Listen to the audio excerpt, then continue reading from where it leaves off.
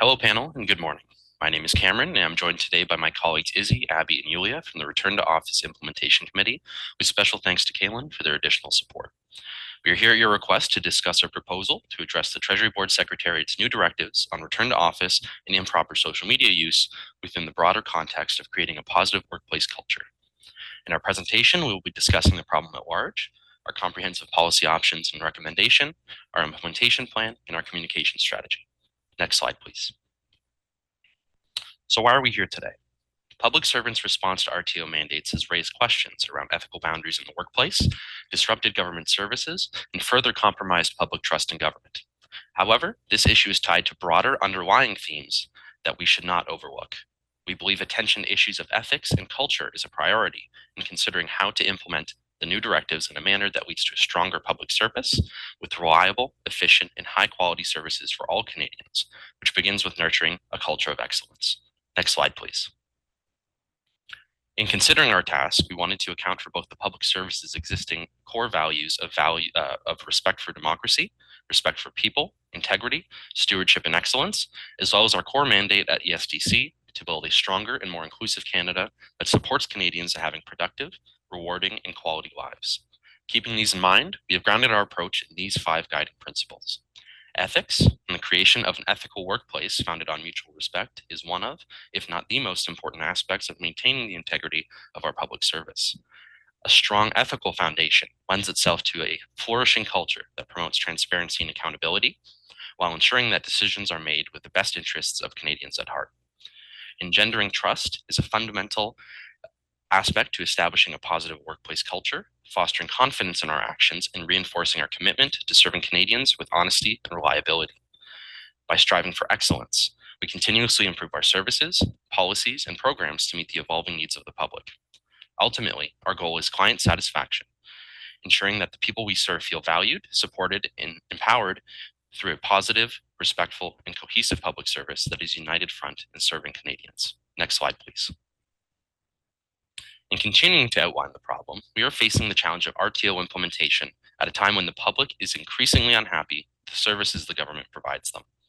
This is particularly concerning to ESDC, given the range of frontline services we offer through Service Canada, from passport applications to employment insurance. However, as this chart shows, as perceived by Canadians, other departments such as the CRA are experiencing declines as a part of a wider trend of lower service satisfaction across all orders of government, not just at the federal level. This problem does not exist in a departmental silo. It is a whole of government issue that requires a coordinated, comprehensive, and strategic response. Next slide, please. There are several core trends relevant to this issue and its prevalence today. Public trust in federal institutions slipped over the pandemic and has remained low ever since. If we allow this decline to continue, we risk further eroding Canadians' confidence that they have placed in us and diminishing our ability to provide them service and program excellence. Tensions over RTO from employees and the public amplify these negative messages, and inaction would only deepen dissatisfaction on all sides, hinder morale, and undermine the government's effectiveness. Simultaneously, the workplace landscape we see now in Canada today is different from the one we saw pre-pandemic. New workers now more than ever are prioritizing accessibility, flexibility, and a positive work environment, and RTO directives must account for this. If they do not, the recruitment and retention of talent long-term will become increasingly difficult and lessen the public service's standing as an employer of choice. Next slide, please. Here we will be discussing the 2 perspectives to RTO, with the views of employees on the left and the views of Canadians on the right. While the proposed directives intend to improve services and regain public trust, polling paints a complex picture. The majority of federal public service workers indicate equal or better productivity at home, and most prefer remote or flexible work arrangements. This preference is so strong that 38% of public servants are considering leaving their roles if an RTO directive were to be fully enforced, a 14% increase from 2020. These numbers come into stark contrast to the perceptions of the public, with 75% of Canadians supporting RTO mandates as they believe productivity and the services they rely on have suffered due to remote work and the perceived lack of accountability it creates. On a surface level, this appears to force us to ask how we could balance workplace considerations and service delivery, yet we should be asking, how can workplace ethics and culture support service excellence and public trust? Next slide, please, and I will now pass it over to my colleague, Abby. Now we will be moving into our advice to you for options and recommended approaches. Considering our committee's mandate, we explore the implications of implementing the new directives as written and requested. However, considering the conditions necessary to create an ethical workplace, and given the broader state of the public service, we envisioned a more collaborative approach that emphasized employee engagement to build a positive, ethical workplace while improving service delivery. We grounded this process in the public service value chain concept highlighted by Ralph Heinzman, which suggests that public servants experiencing a sense of satisfaction leads to enhanced service delivery, resulting in greater client satisfaction and increased trust in government. Empirically, each 2-point increase in employee engagement equals a 1-point increase in citizen satisfaction. By focusing on employee needs, we can help diffuse workplace tensions that have spilled over into the public and increase citizen satisfaction simultaneously. This process could be implemented across ESDC or to a whole government approach and contribute to Canadians receiving the best services while improving employee morale, promoting an ethical culture and efficiency in the public service. Next slide, please. In delving into option one, which strictly adheres to TBS directives and examining the implications, we found far more downsides than upsides. We acknowledge the benefits of in office time, including ease of establishing and maintaining shared workplace values. However, the proposed directives focus on symptoms while missing the broader problems. By implementing a compliance based top down approach without balancing the needs of employees, there is likely to be an immediate worsening of protests with long term effort required to handle resulting grievances and disciplinary measures. This affects public perception negatively and impacts service delivery, failing to sustain an ethical workplace culture. Additionally, the directive does not consider the long term implications of the office downsizing goals or the ability to compete for top talent. Next slide, please. Now, turning to the second and third options, building an inclusive and ethical workplace culture is pivotal to serving Canadians. We feel the classification review process outlined in the TBS directives is important in acknowledging the diversity of work performed across the public service. However, we feel that the best method is to approach this as a collaborative exercise that integrates employee needs. We propose assembling a representative task force supported by change management expertise to support this process. Surveys, focus groups, town halls, all staff meetings, and interviews will be used to gather staff perspectives. Special attention will be paid to engaging in dialogue with managers, regional staff, ESDC diversity networks, and other employee groups with specialized needs. This should create consensus on role based in office requirements and employees' needs for their office space for productivity when working there, with key indicators of employee morale and ethical behavior. These key indicators will be tracked over time through ongoing routine employee engagement, and there's more to come on the balanced scorecard on metrics and tools. Through this engagement, employee will have opportunities to provide consistent feedback to which management must respond in a timely and transparent fashion. We expect this would alleviate the perceived need to use social media to be heard. Employees would be reminded of their ethical obligations on social media use and provided with these alternatives before escalating to disciplinary measures to avoid inadvertently worsening social media protests. Next slide, please. Now, let's drill on the pros and cons of the two options proportional to their scale. Option 2 carries less risk because it remains at the departmental level and can serve as a pilot project before rolling out across government. However, these underlying cultural and ethical problems are not limited to ESDC, and although ESDC comprises a large segment of the public sector, this ultimately limits impact. A pilot project model ultimately risks duplicating efforts and extending the timeline beyond simply implementing option 3.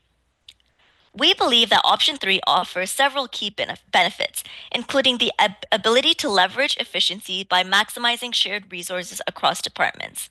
Additionally, a whole of government approach ensures policy coordination that will allow departments to interface more effectively, facilitating stronger horizontal collaboration.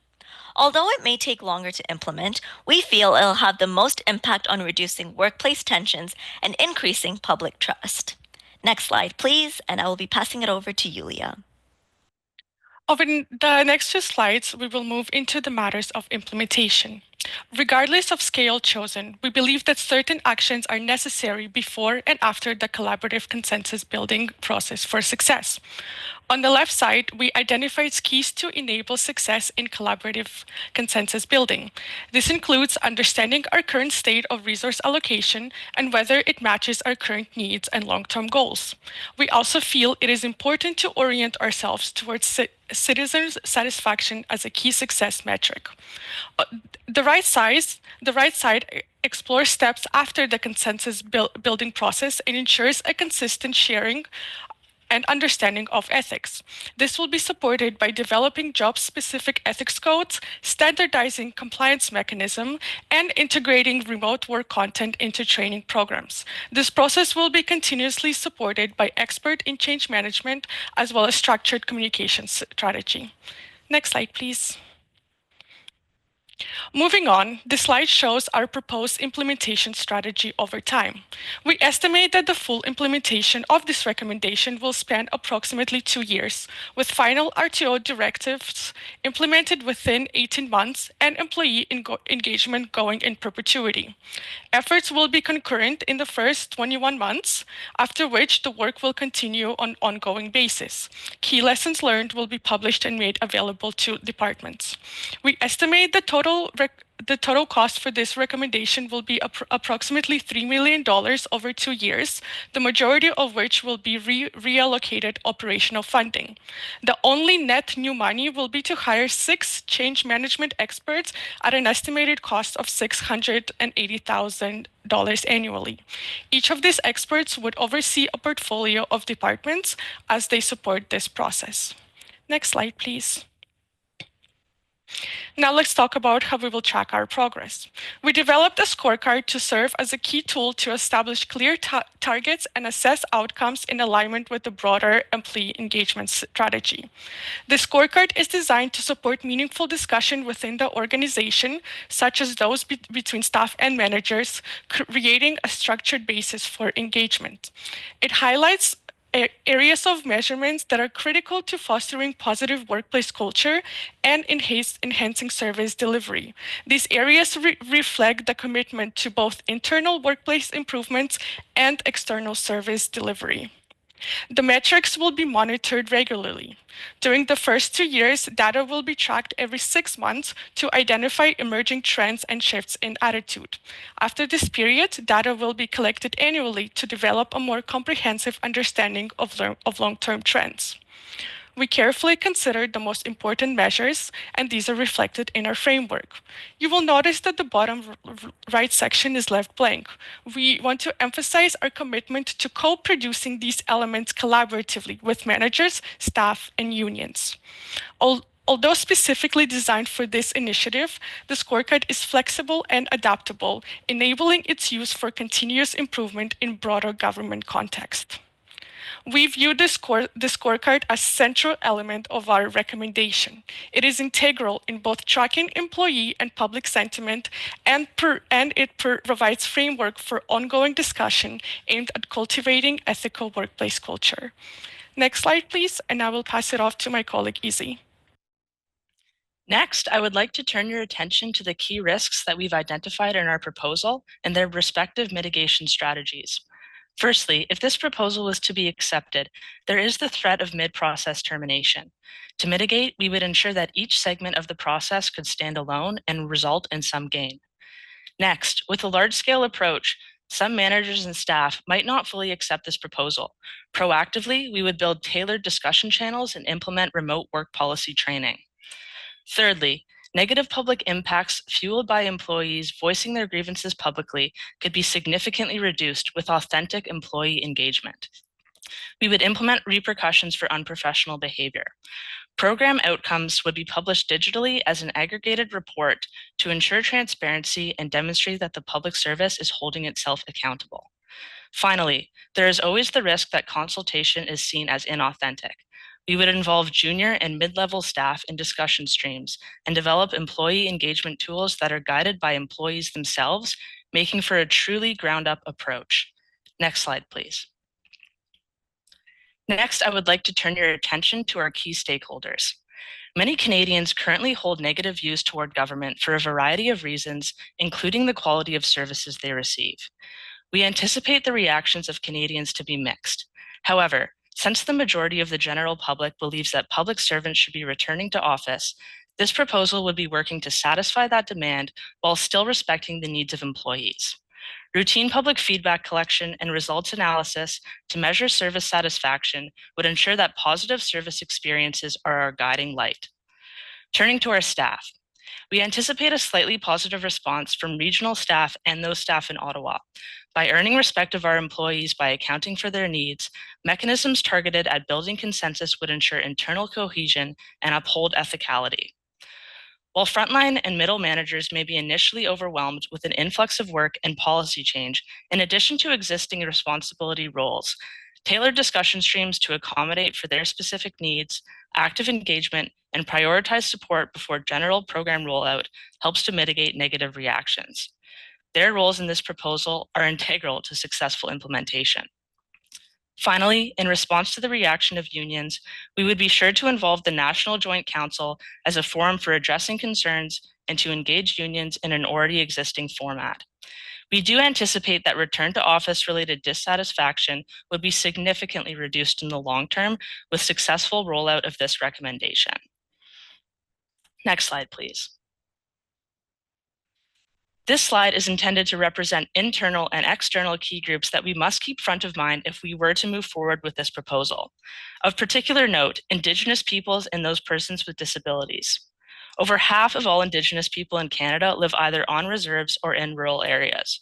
This proposal would ensure that service excellence is available to all Indigenous and remote communities equitably. Additionally, the work arrangements for Indigenous employees would be tailored to their needs, taking into consideration the significance of their presence in their communities.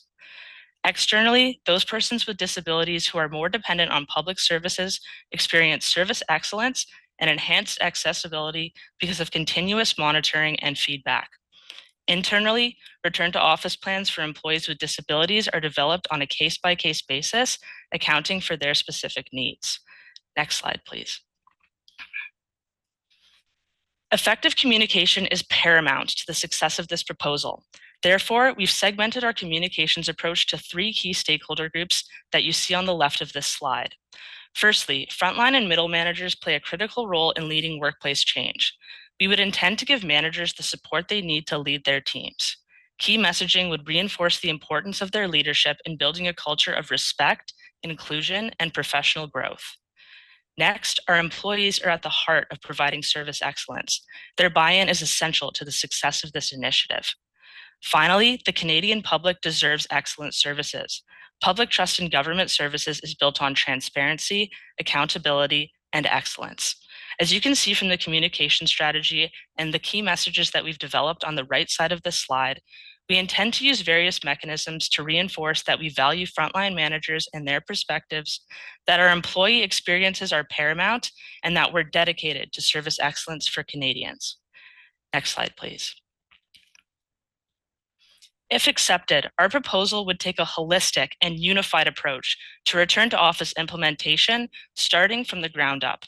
By maintaining a high standard of ethics and respecting the needs of public servants, we would in turn foster positive workplace culture and address internal deficiencies. In doing so, public servants are empowered to deliver service excellence to Canadians, boosting satisfaction and ultimately restoring a higher level of trust in government. We sincerely thank you for your attention and for considering this proposal. We now invite your questions and comments.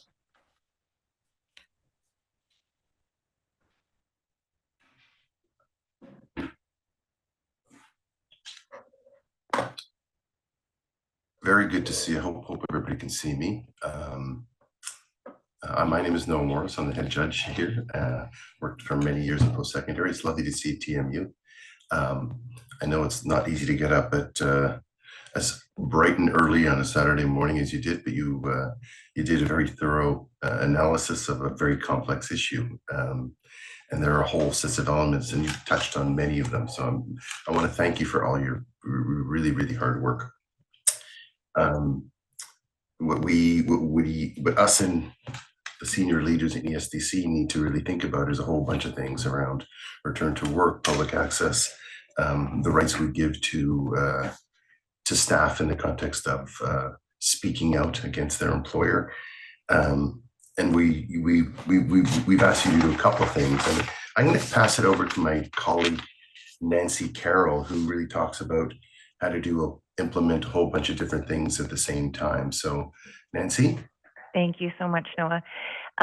So yes, thanks for the presentation. And I guess with respect to the options that you outlined, I'm very interested maybe for further comment on the risk that comes with the implementation of these two recommendations simultaneously, and the impact that you identified with respect to the perceptions around interaction between the two recommendations. That wasn't immediately apparent to me from the presentation.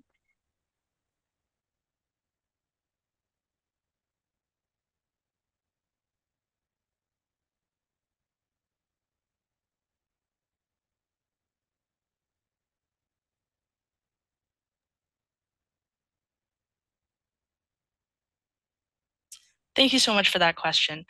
So there are a few risks that we did identify. Overall, our overarching theme is to maintain a highly ethical workplace and ensure that we're providing service excellence to Canadians.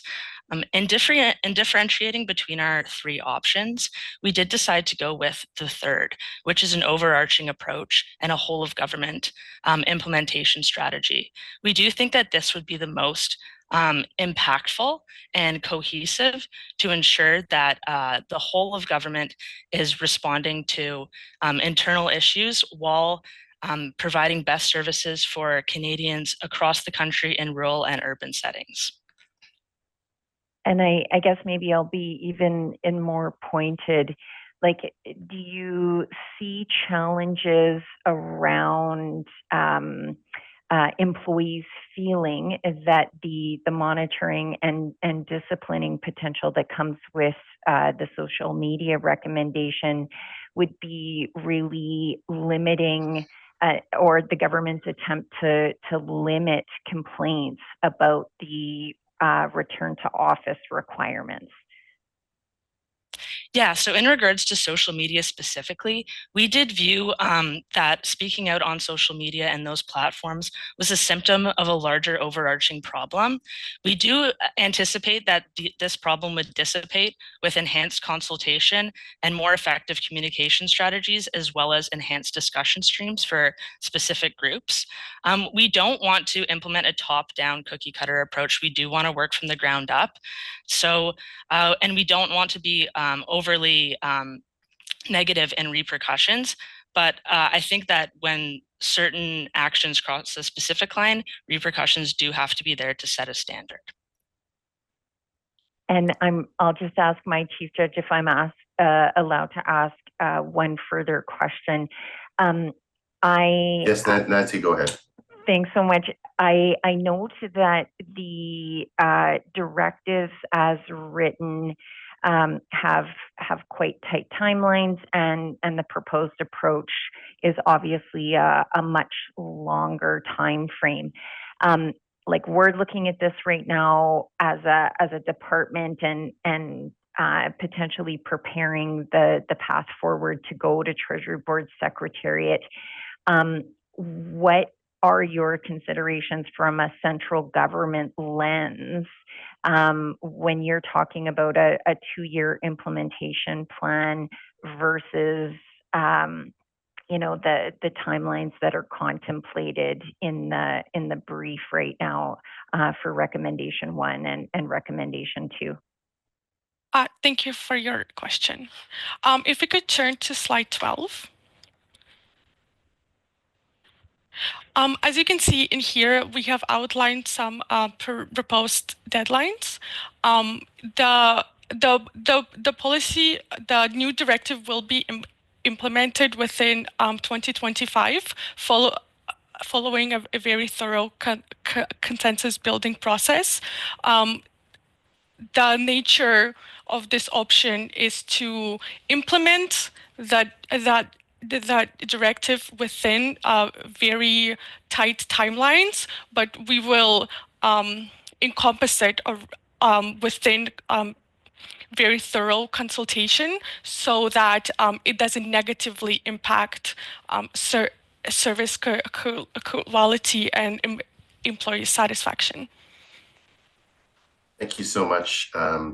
Thank you. My colleague Guy Giorno has some questions related to the rights of staff. So over to you, Guy. Yeah, thank you. I'll be brief. I understand your position that employee satisfaction will reduce, if not eliminate, their desire to criticize the government on social media.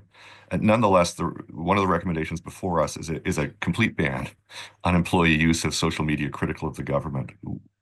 What is your position on whether that recommendation should proceed as Treasury Board or departmental and ultimately Treasury Board policy? If I may take this one, can we please move to slide 22, please, in Appendix 3? Perfect, thank you. With this, it is essentially, for lack of a better term, a tricky situation regarding this. We don't believe a full prohibition of public servant free speech on any sort of social media platforms would be the way to go. It could open up the door to legal ramifications. And if we were to fully implement that, as I mentioned previously, employee retention and negative optics from that would far outweigh the benefits.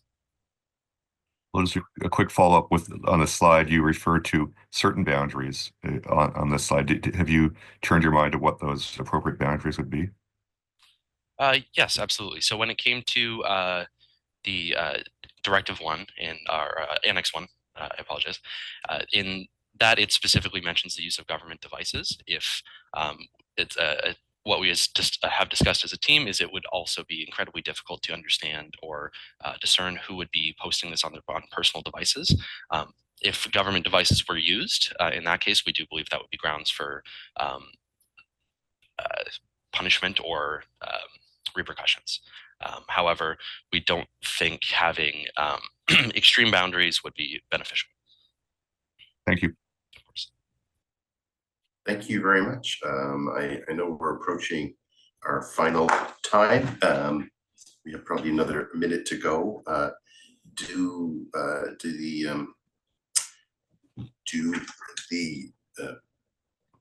Would you like to actually add anything to your final or any final comments to your presentation to us, ESDC?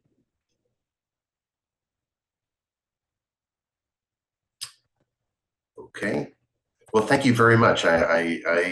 It's hard to be first, and it's hard to get up so early in the morning, and we're very, very thankful for your very fulsome and enlightening discussion about this very complex topic. So thank you very much.